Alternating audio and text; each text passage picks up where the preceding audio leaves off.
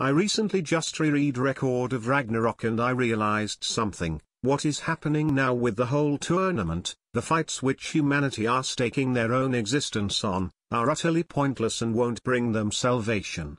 They only put off an inevitable that can't be escaped, because remember what humanity 6y get for winning is to continue to exist for another 1,000 years, but at what cost?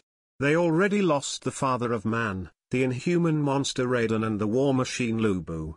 Not to mention 3 of the Valkyrie sisters have also been lost. There is no guarantee we won't see more of those one-of-a-kind women disappear from this world over the course of this tournament, and how many of humanity's one-offs, miracles that even go beyond the gods' expectations, will be lost. What I am trying to say is that humanity can't win this war doing what they have been doing, or at least they can't do it by just winning their fights. They have to do so much more than that, something which they have already done but not yet realized. Something which will prevent a second Ragnarok and prevent further losses from occurring in the next 1,000 years, presuming that humanity manages to pull off their first victory here, and it is something which is even harder than fighting the gods with flesh, steel and science. And so, I am the anonymous Sweeb, here today to tell you how humanity wins, how humanity survives and is no longer at risk of the gods' divine smiting. Some of you might already know where I am going with this, but if you don't, then here it goes. They need to win the respect of the gods, they need to win the compassion of the gods, they need to win the recognition of the gods, and most of all they need to win the gods' expectations.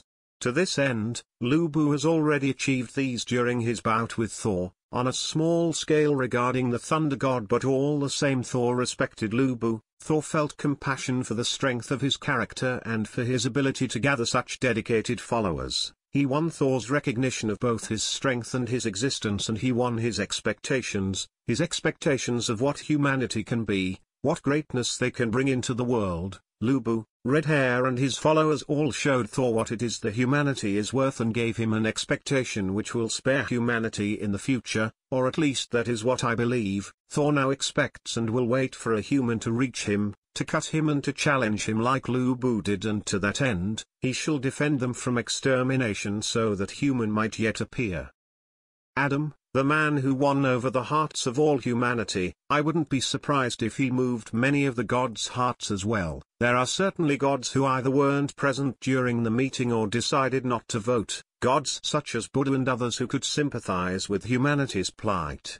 Adam was first, he exemplifies the truest essence of humanity at its purest state, and he fought against who is arguable the strongest god, leader of the other gods, Zeus, and he had him on the ropes for a considerable amount of time. No one, absolutely no one, could not recognize that strength of will and body without being in severed denial. Even Zeus couldn't help but grant his own begrudging respect to Adam, and I dare say that Zeus is now very much invested in seeing how far humanity can go, if they are to win this tournament. I certainly don't think Zeus would vote for their extermination again, at least not until new champions, those humans who have reached the same abyss as Adam did. Even Jack won the heart of Heracles during his match against him, although that one is a bit more debatable given how loving and supporting of humanity Heracles already was. Sasaki obviously didn't win over his opponent, however, killing someone like Poseidon, someone who had at best a rocky relationship with other gods, certainly wouldn't go unnoticed or unappreciated by those who weren't too fond of his arrogance, and gods who appreciate the arts of war and perfecting techniques would certainly respect his dedication to the craft of his swordsmanship. Raiden was capable of winning over Shiva's recognition, and I feel like Shiva will have a different view on humanity from this point. Buddha is already a god, a former human, and obviously on the side of humanity. His reputation among the gods is probably quite tarnished at this point, but depending on how bad his opponent turns out to be, the gods might actually turn around and start supporting him. What the focus of this tournament for humanity's side needs to be getting the gods on their side. To that end, the result of the actual tournament individual matches isn't as important in the overall scheme of things as the story of the fighter, what they stands for and what trait of humanity do they exemplify to endear the gods to them and to the rest of humanity.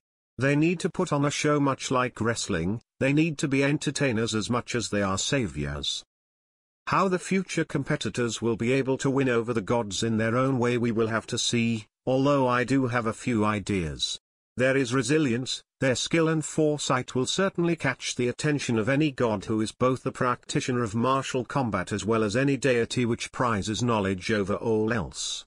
The creativity of mankind is something which cannot be underestimated either. For the most part humanity doesn't stand a chance against a god in actual combat or in the time they have to perfect their technique and art form, but what they do have because of their limited time is the ability to adapt and create to surpass that need, and that is something the gods lack. They lack such a short-term perspective, which in turn leads to them having a lack of creativity because they don't need it to progress. They use what works and seek to do nothing beyond that, because time is not an issue for them. Nor is the continuation of their species a concern for them. But this is just my thoughts on the subject. Let me know what you think in the comments down below. I love reading all your different ideas and having discussions with you all in this small community I'm trying to grow here on YouTube.